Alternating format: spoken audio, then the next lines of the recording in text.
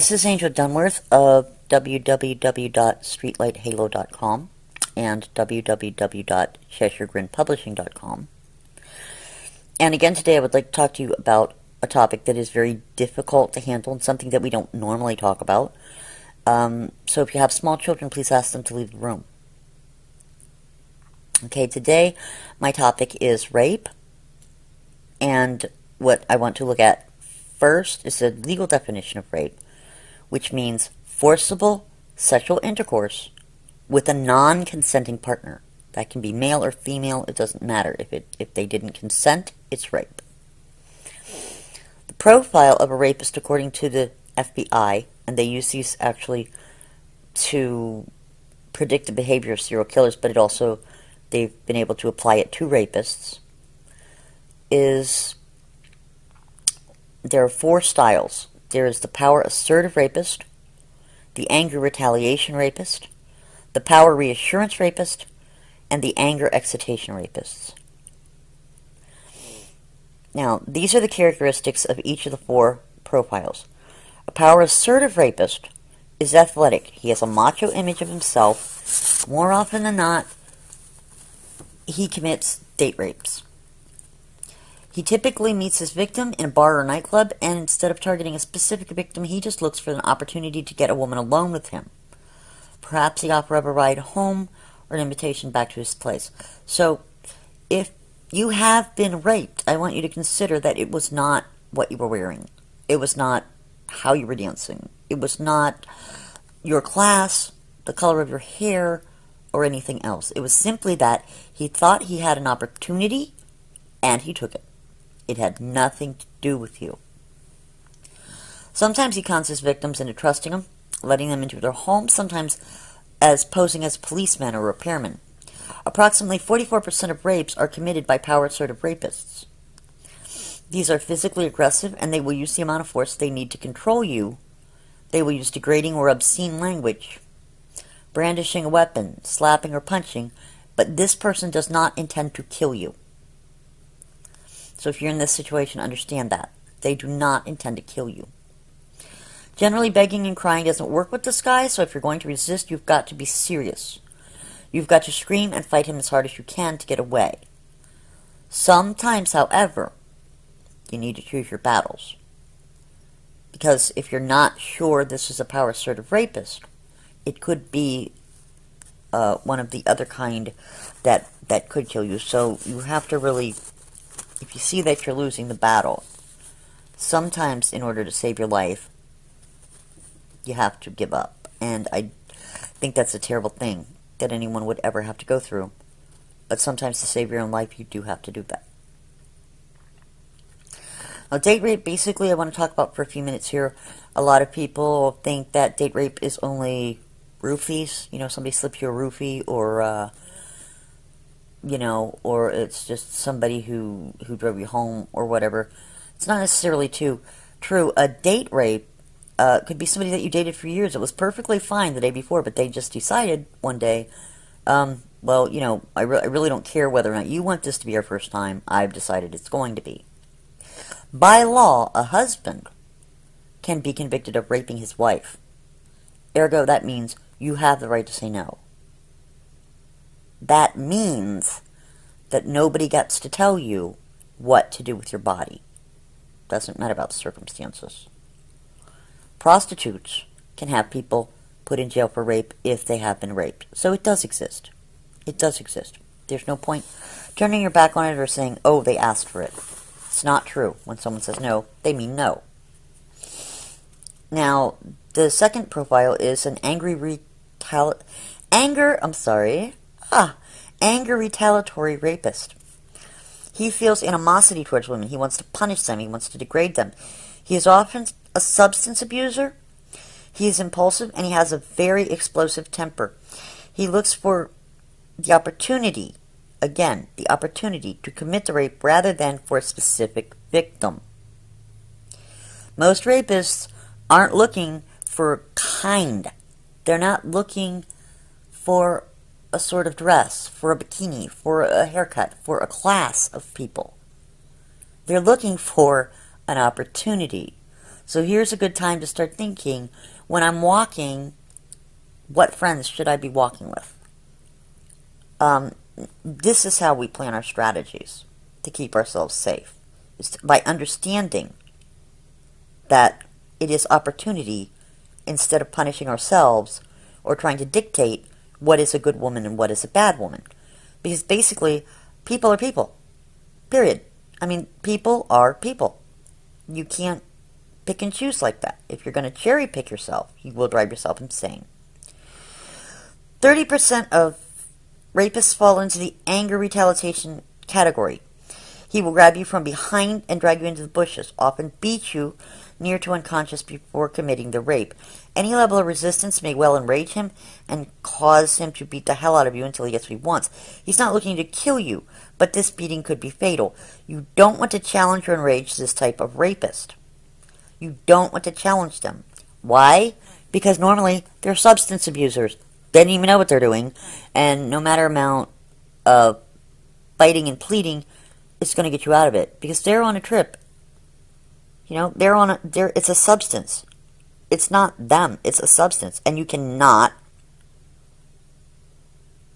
make a logical argument to a substance. It's absolutely impossible. It's best to just submit and try to limit the level of the violence of this kind of assault. Because if you don't, you could actually be beaten to death. Remember, this person may not mean to kill you, but on the other hand, they don't really know what they're doing. It's very easy to lose control when you're using a substance. It's also easy to lose control, apparently, if you're a psycho. So you would want to keep that in mind. Power reassurance rapist. Okay, he lacks the self-confidence and the interpersonal skills to develop any kind of relationship with women. He's passive, he's non-athletic, he lives or works near his victim. He pre-selects her by peeping or by stalking. He typically breaks into her home in the early hours of the morning and he awakens her. He uses minimal force, but he will threaten her with a weapon. He usually doesn't have one, though. He fantasizes that he's the victim's lover, and so he may ask her to disrobe or to wear a negligee or something. The power reassurance type accounts for 21% of rapists. He's the least violent type of rapist. He doesn't intend to hurt you.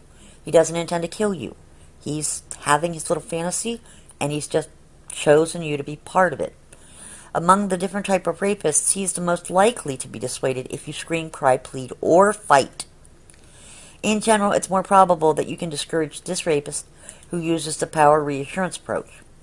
But you could instead be dealing with power assertive rapist who is starting off with a softer approach. Try nonviolent tactics like crying, pleading, praying aloud while you are sizing up this assailant. If this works, you may be able to escape the situation. But if he responds by becoming verbally abusive or degrading, it's very likely that you're dealing with a power assertive rapist, and you will have to evaluate whether or not you're capable of fighting him off. Women need to rely on their instincts when confronted with a rapist, and they will try various techniques. In this situation, take full advantage of your instincts in trying to figure out which type of rapist you're dealing with.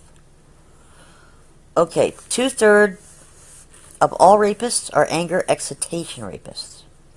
Anger excitation rapist means this is a sadist. He derives pleasure and gratification from inflicting pain on you. He's typically charming and intelligent.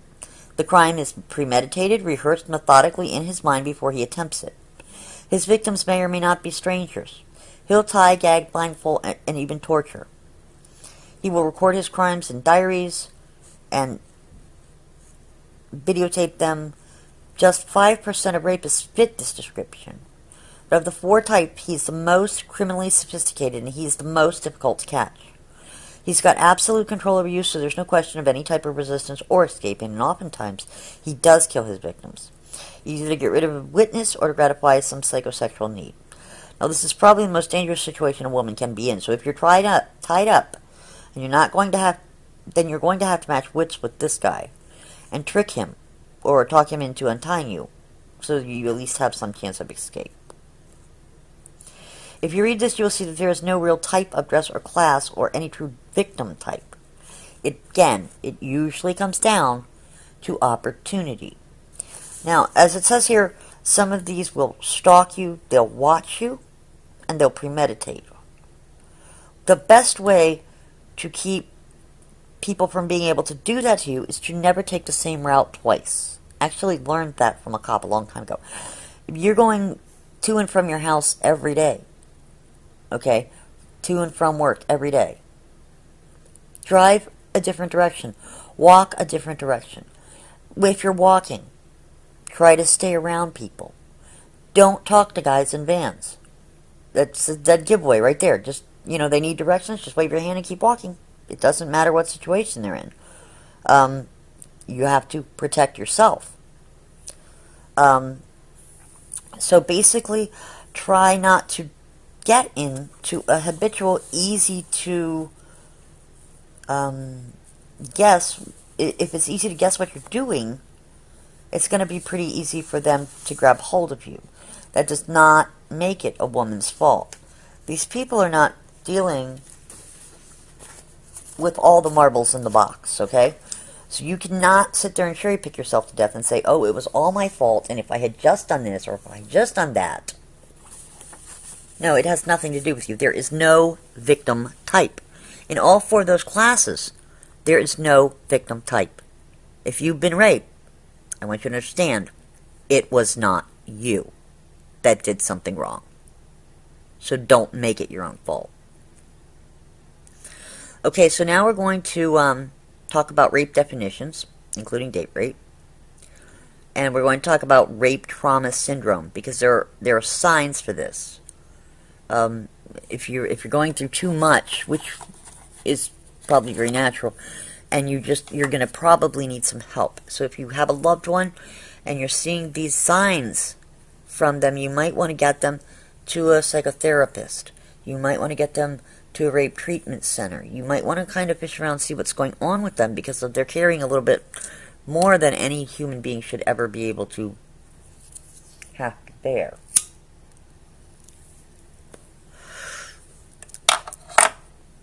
Okay, minimalization. That means that they're pretending everything's fine. I was raped yesterday, but today I'm great. Everything's good. I'm gonna go on with my life. Everything's wonderful. Okay, that is an outward sign of rape trauma. Dramatization. Can't stop talking about it. If all they're talking about is the assault, they may need some help. Suppression. Refusing to discuss it at all. Explanation. Starting to analyze what happened. Starting to say, well, because I was wearing this, or, well, it might be because I had these issues in my childhood and all these other things. You can't really make it your fault. You didn't even know that person most of the time.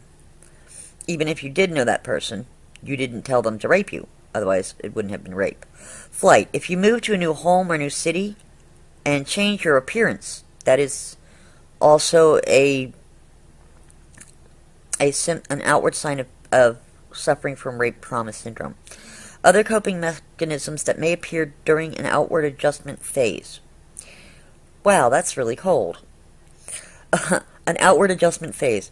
Okay, other coping mechanisms that women use, and things that you will notice in your loved ones if they've gone through an assault, is poor health in general, continuing anxiety, sense of helplessness, hypervigilance. That means, okay, so we're gonna all carry a gun on our hip from now on, because, even the kids, because this could happen to anyone, and that's kind of a sign that maybe they may need to talk to a professional. Inability to maintain previously close relationships. Experiencing a general response of nervousness, known as a startle response. If this person is easily startled, that's part of trying to adjust after you've been viciously attacked. Persistent fear or depression, much higher rate than the general population. Mood swings from relatively happy to depression or to anger. Extreme anger and hostility. This is more typical of male or masculine victims than female or feminine victims. Because yes, rape does actually happen to men. It actually does. And it's not always by other men. According to the law, if you've said no, and you've been, forced, or maybe made incapable of defending yourself by getting you drunk, slipping something in your food, whatever the reason, that is rape. It doesn't matter if it's a man or a woman. It's still rape. Other symptoms are sleep disturbances, vivid dreams, recurring nightmares, insomnia, wakefulness, night terrors, flashbacks, dissociation. That means that you feel like you're not even attached to your own body.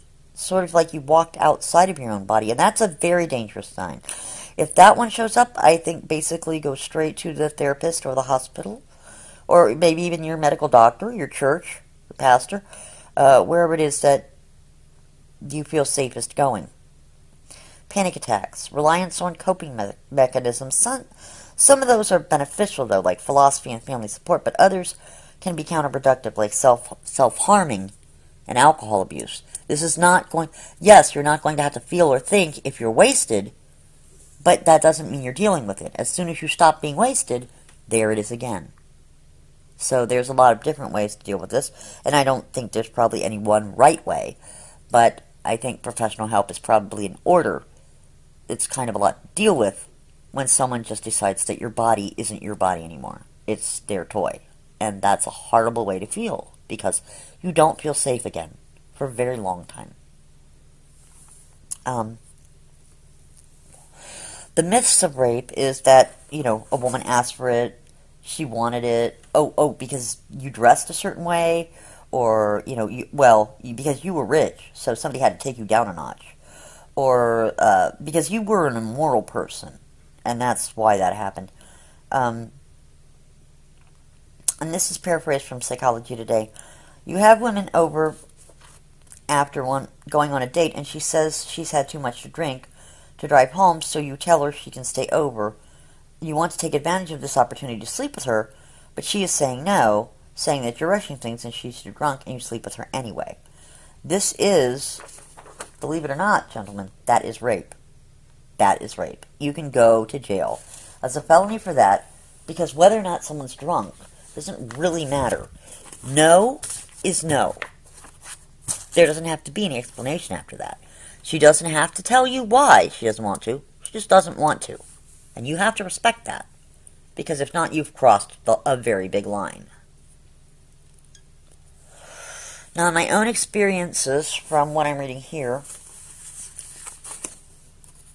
the worst rape that I ever suffered was an anger retaliatory rapist,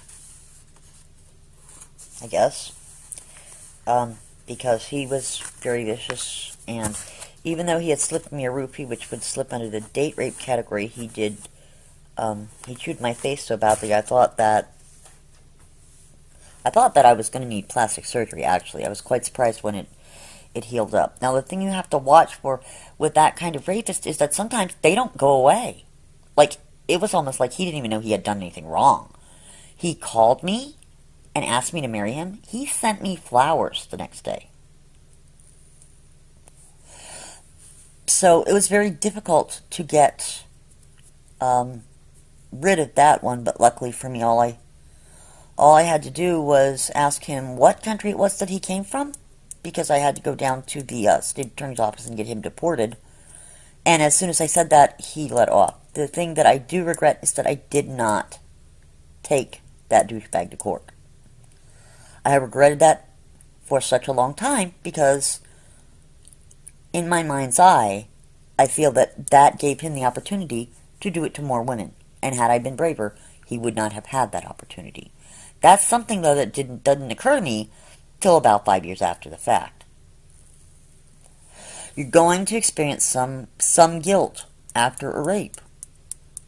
It's a very slippery slope, because you're going from one extreme to another. And you can't really settle down in the middle and just make it be okay. But I'm going to tell you, if you have been raped, you need to get yourself immediately to a rape treatment center. I know that's very difficult to do, because if you've ever been to one, they ask you some questions that you don't want to answer that seem just very cruel. they are doing that to collect evidence, but they are not just doing it to collect evidence. I mean, you don't want to hear someone ask you if you asked for it, or if you act provocatively. You don't want to hear that because really it wasn't your fault. But the reason they're asking you this is to make sure that your responses are genuine, that you actually were raped, and also because it gives them evidence against your attacker.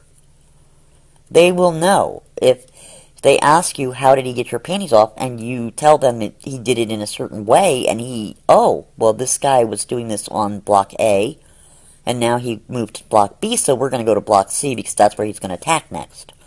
You see, they're not trying to attack you, the police that are questioning you during this terrible examination. Another good reason to go to rape treatment centers is they make sure that you don't have any diseases, and they do have a lot of free counseling sessions too. If you don't feel comfortable in group counseling, sometimes they will allow you to have one-on-one counseling, and you don't necessarily have to pay for that. And actually, I'm going to tell you, that is invaluable. You may not feel like it when you're there in the hospital with a psychologist, but the minute you get home and the closet door is halfway open and you can't remember whether or not you opened it or closed it, you're going to want to be able to call that person and say, look, I'm having fear. I'm having just complete and total fear, and I don't know what to do. It's good to talk to psychologists, psychiatrists, rape counselors, other groups of women that have been through it. Similar experiences, sometimes people will say something offhandedly, and you go, I never thought of that. And then you're going to feel a little better. It's hard to heal after rape, but you should do everything that you can to get your life back to where you can live with some quality of life. And you have to do that for you. I think that women that stand up to rapists in court are the bravest women in the world. I think that I wish I had really been that brave, and sadly I was not. But I believe they did catch him. I believe I saw later on the news that they had caught him. However, ladies and gentlemen, I am telling you these things only to try and help you find a way around the things that, these predators are doing. Use a different route. Take some self-defense classes if you have to. Walk with other people. Don't go near parked vans. When you're walking at night, try to stay in a well-lit area, where there's people. Always try to gravitate towards the crowds. They don't have the opportunity to grab you if you're in a crowd of people, normally. Because that would just, somebody's going to notice that. Okay, well, this has been a really terrible topic. And I'm going to follow it up possibly with a second show on coping mechanisms and go into some more detail about that. If I can find any really good ones, I'm going to follow this show up. So anyway, there's our very depressing topic for today. So I'm Angel Dunworth, and that's my side of it.